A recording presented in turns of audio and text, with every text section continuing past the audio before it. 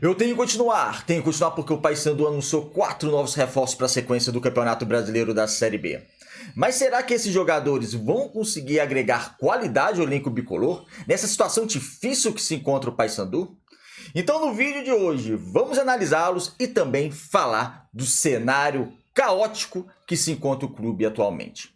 Meu nome é César Mairink, sou criador do canal Bastidores e convido a todos que não conhecem meu trabalho a conhecerem através desse vídeo. A proposta do canal é analisar o futebol paraense, então gostando desse tipo de conteúdo, compartilhe com os amigos, divulguem, se inscrevam no canal, só assim para o YouTube entender que vocês estão gostando do nosso conteúdo.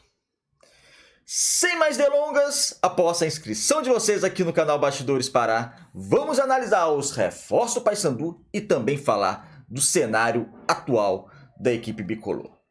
Todo mundo sabe que a situação do Paysandu é vergonhosa, a situação do Paysandu é muito preocupante.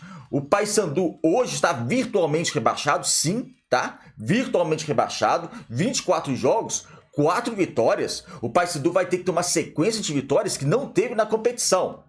Não teve, são 24 jogos e 4 vitórias apenas.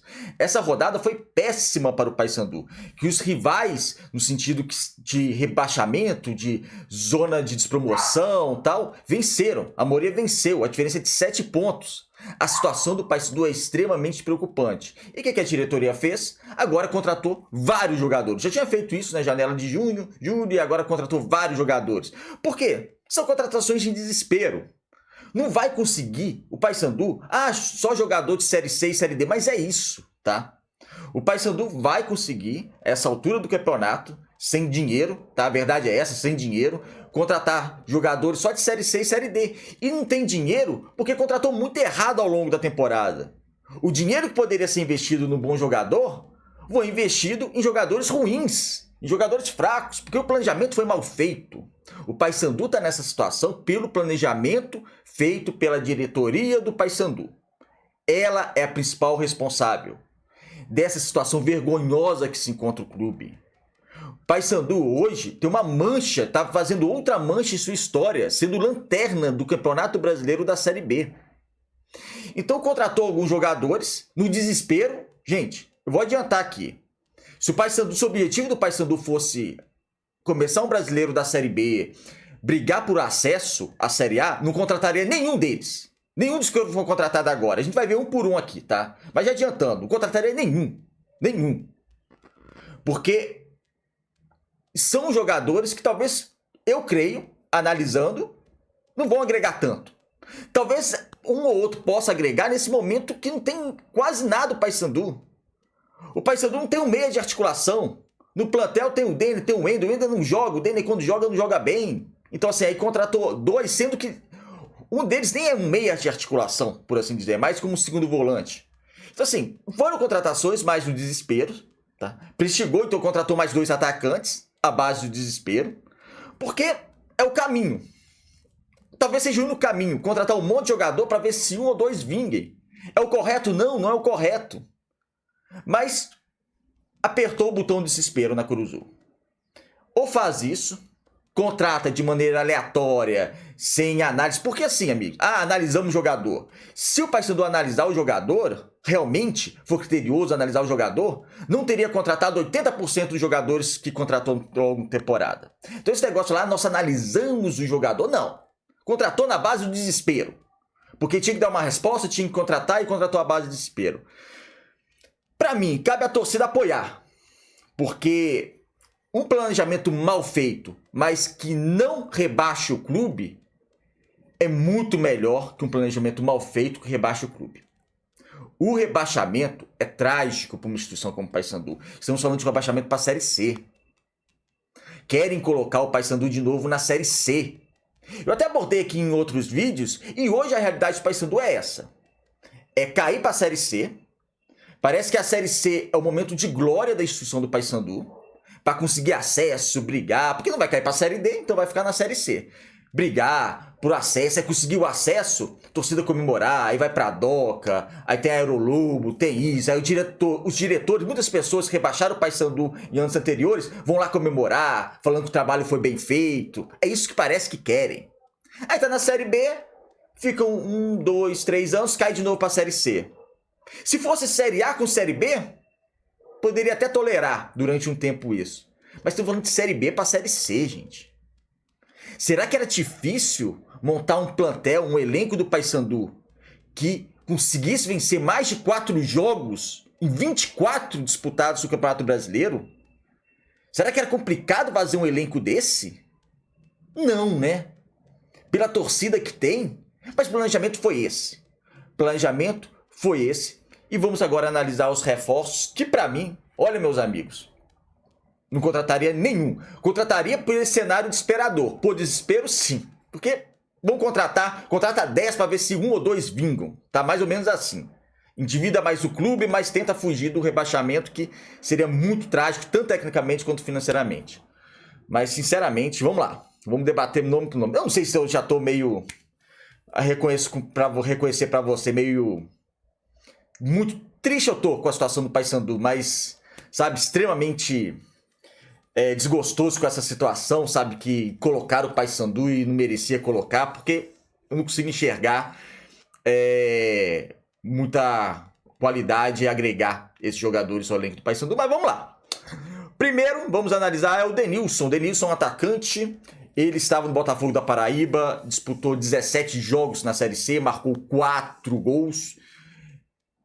Ao longo da temporada foram 27 jogos e 6 gols. Ele disputou também o Campeonato Paulista A2 pelo Capivariano e disputou a Série C pelo Botafogo da Paraíba. Denilson é um atacante que joga como centroavante, vem para substituir essa lacuna que deixa o Benítez, né? Benítez sai da equipe do Paysandu, uma péssima passagem do Benítez, do Paraguai Benítez ao Paysandu. Aí foi contratado o Denilson, vira opção no banco de reservas, porque o titular indiscutível aí sim foi uma boa contratação, Diogo Oliveira. Mas tá aí. Denilson, que teve um desempenho apenas razoável, por assim dizer, razoável para baixo no futebol paraibano.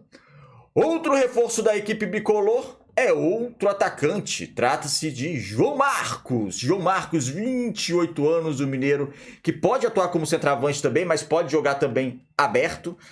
Pela ponta direita, também pode jogar um pouco pela ponta esquerda, é aquele atacante um pouco mais móvel. Disputou a Série D pela Aparecidense, 18 jogos, 6 gols marcados. Também disputou o Campeonato Goiano pela equipe goiana, 11 jogos, 2 gols. João Marcos também é o novo reforço da equipe do Paysandu. Ele defendeu também, olhando aqui no histórico, Marília, Votuporonguense, Pouso Alegre, enfim, lá de Minas, Santo André, enfim, mas é um reforço, nunca... É um jogador que talvez vai ter a maior chance na carreira dele agora no Paysandu. Isso que é preocupante, né? Isso que é realmente preocupante. Mas enfim, João Marcos também é o novo reforço da equipe do Paysandu. Outro jogador que pode ser um meio de criação, mas funciona também como um meia central, um segundo volante, que pode começar a transição de jogo, é o Ramon Vinícius. Ramon Vinícius estava no Figueirense disputando a Série C, 7 jogos, apenas 4 como titular na equipe catarinense, não tem nenhuma participação em gols. Anteriormente, ainda nesse ano, disputou o Campeonato Paulista pela Água Santa, onde foi rebaixado, 9 aparições do jogador, também nenhuma participação em gol, um desempenho bem fraco do Ramon Vinícius esse ano, para ser bem sincero. E é isso, Ramon Vinícius também foi contratado pela equipe do Paysandu. Outro jogador é o Carlos Eduardo. Carlos Eduardo trabalha também pode funcionar como um segundo volante. Ele estava no ABC, que foi rebaixado para a Série D do futebol nacional. 13 jogos na equipe potiguar, 2 gols marcados, deu uma assistência. Disputou a Série A2 pelo Capivariano, aí fez até uma boa Série A2 paulista pelo Capivariano. Eu falei que o Denilson tinha disputado pelo Capivariano, só que foi pelo Rio Claro, tá? Confundi aqui os dois. O Denilson disputou a A2 paulista pelo Rio Claro, já o Carlos Eduardo disputou pelo Capivariano o Campeonato Paulista da Série A2. E é um jogador para preencher aquela vaga que hoje já foi um tempo do Vargas, né, daquele para utilizar para ser o segundo volante da equipe do Paysandu. Enfim, vamos ver se vai ter qualidade para jogar na equipe bicolor. É isso, amigos. São esses 4 reforços, como eu disse para vocês. Se o Paysandu, o objetivo fosse subir para a Série A, não contrataria nenhum. Mas entenda essas contratações meio aleatórias, porque não teve muito critério, né? O Paysandu não tem critério para contratar, gente. Ao longo do ano, prova isso, né? O Paysandu não tem critério para contratar. Contratamos critério. Não contrataram critério e continuam não contratando. Mas nessa janela de desespero, porque realmente a palavra certa é essa, desespero, eu não sei nem se eu discordo dessas contratações, porque quem tá aí não tá resolvendo, então contrata quem for e quem sabe não dá uma sorte, 1 ou 2. Mas acreditar, não acredito. Diferente quando contratou o Garcês, quando contratou o Diogo Oliveira, né? Que aí, analisei, tem vídeo aqui no histórico do canal, não é porque estão rendendo agora que eu tô falando, não. Tem história falando, não, olha, boas contratações, eu acho que pode vingar. Eu acho que são jogadores, principalmente o Diogo Oliveira, ainda mais que só tinha o Benítez na época, então, enfim. E acabou vingando, né? Foram 2 boas contratações, mas dessas 4 aí, eu não... Hoje... eu não assino nenhuma, mas o desespero é esse e é contratar para ver se 1, 2 rende para tirar o Paysandu da zona de rebaixamento. O Paysandu é o seguinte, tem 21 pontos. Nos próximos 5 jogos, são 15 pontos disputados, vai fazer 3 jogos em casa. É para vencer os 3 em casa. Chega a 30, por mais que perca os 2 fora. Chega a 30, vai continuar na zona de rebaixamento. Olha para você ver, o Paysandu vencendo os 3 próximos jogos em casa, continua na zona de rebaixamento. Vai fazer depois mais 5 jogos, é 5-5-4. Faltam 14 jogos, então são blocos 5-5-4. Faz mais 5 jogos, tenta conseguir ao menos 7 pontos no mínimo. Aí chega a 37. Por que 37? Nos últimos 4 jogos, 12 pontos em disputa. Aí a gente tem que ver. Já vai ter um cenário para ver se o último vai cair com 44, ou 43, ou 42. Né? Geralmente fica nessa faixa. Então o Paysandu chegando, faltando 12 pontos para ser disputado com 37 pontos, ou seja, podendo chegar até a 49 pontos, é uma possibilidade de o Paysandu escapar. Quando eu digo virtualmente rebaixado, como eu disse no início do vídeo, é porque o Paysandu não dá expectativa de vencer essa quantidade toda de jogos, gente. Falando, tomara que vença, é lógico, mas não dá essa expectativa. Mas isso pode mudar, lógico, se o Paysandu começar a vencer os jogos. Só tem que vencer, né? Não tem mais o que fazer. Não é jogar bem, não é mostrar um futebol, olha, envolvente. Não, longe disso. O que ele vai conseguir é vencer os jogos.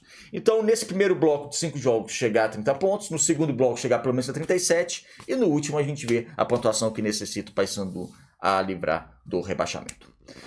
É isso, amigos. Obrigado por assistir o vídeo até o final. Se inscreva aqui no canal. Um abraço e até o próximo.